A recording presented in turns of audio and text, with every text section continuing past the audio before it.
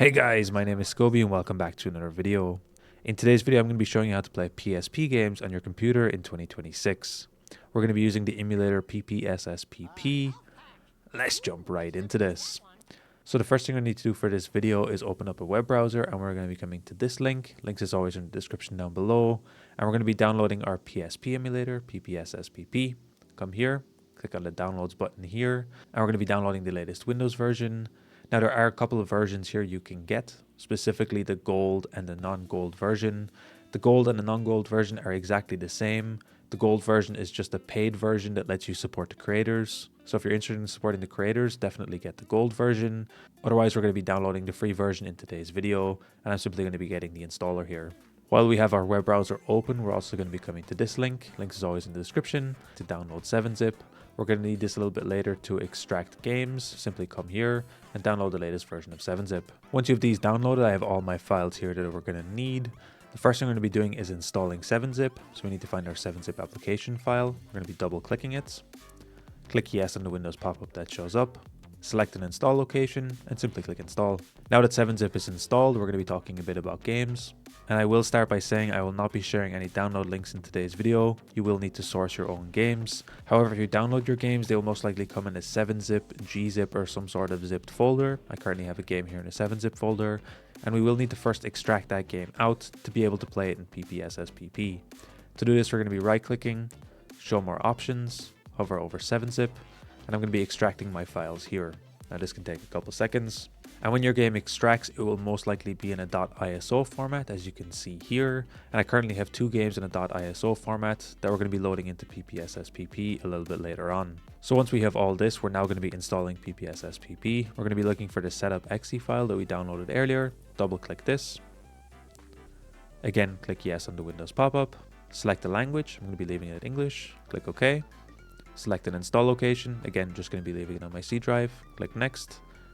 Click install, and then we're going to be launching PPSSPP. So the first thing I want to do is actually just test and load a game to make sure everything is up and running. Then I'm going to be running through some of the settings that I'd recommend taking a look at in PPSSPP and setting up a controller after that. To do this, we're going to be clicking this load button here on the top right, and we're going to be locating to where our games are.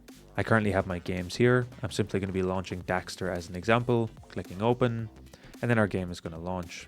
So from this point, my game actually will work exactly as I would expect. However, as I mentioned, there's a couple of settings I'd recommend taking a look at first. To close our game, we simply click escape, exit to menu, and now we're going to be back in the PPSSPP overview. From here, we're going to be clicking on the settings option here on the right side. The first one we're going to be taking a look at here is the backend, and by default, it'll be on Direct3D 11.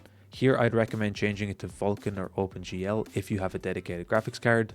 Vulkan can give you some of the best performance, but depending on the game you're playing, you might want to switch it between OpenGL and Vulkan. When you change the backend renderer, we do need to restart PPSSPP, so click restart, and it will automatically restart. The next thing we're going to be looking at is the rendering resolution, and by default, it will render at the resolution inside the internal PSP. Here you can scale it up to a higher resolution, so I'm currently going to be setting it up to 4K just to test it out. But I will say if you are noticing any lag or stuttering, this is one of the first things I would recommend turning down, depending on the hardware that you have in your system. This can be the first thing that will actually slow down your system quite a bit. I'm then going to be looking at anti-aliasing, and here this can just sharpen up our games. Again, I'm going to be setting it to an 8x resolution. If you want to run everything in full screen, you can enable this option. This will also put PPSSPP in full screen, so I'm going to be leaving it disabled for now, but you can feel free to check this on if you want. It can help avoid screen tearing in certain games, so feel free to enable this if you want.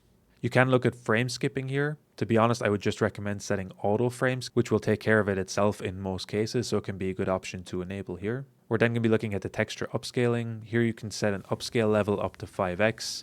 Here I'm going to be going with 2x, but you can feel free to experiment with this a little bit. Finally, you can look at the antiscopic filtering, which you can set all the way up to 16x. I'm going to be leaving it there. And again, you can experiment with these options depending on how performant your system is. It can be a good way to do it. One cool extra option you can do here is set up a camera or a webcam. So if you have one on your computer, you can feel free to set that up.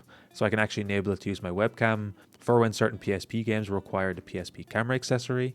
It's a cool option to have that enabled, so feel free to set this up, and you can even set up a mirror image if you want.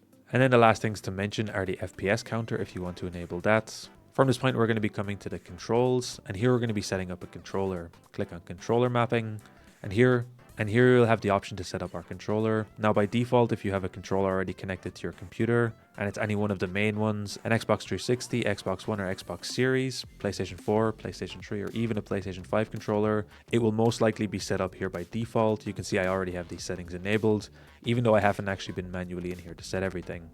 For today's video, I'm going to be clearing all just to show how it would work if you are setting up a new controller. You have two ways of doing it. One is the manual setup. So basically you can go through and map each of these buttons. So for example, D-pad up, I click here on the right, click the up button on my controller, and we can see that the X360 is set to up. And I simply go through and map all of my buttons. This is one way of doing it, but there is also an auto configure option here as well. So if you click this, you can basically select the device that you want to automatically configure for. Here I can see my Xbox controller is an option, and it will automatically map all of the Xbox buttons to your controller, but either of these are an option.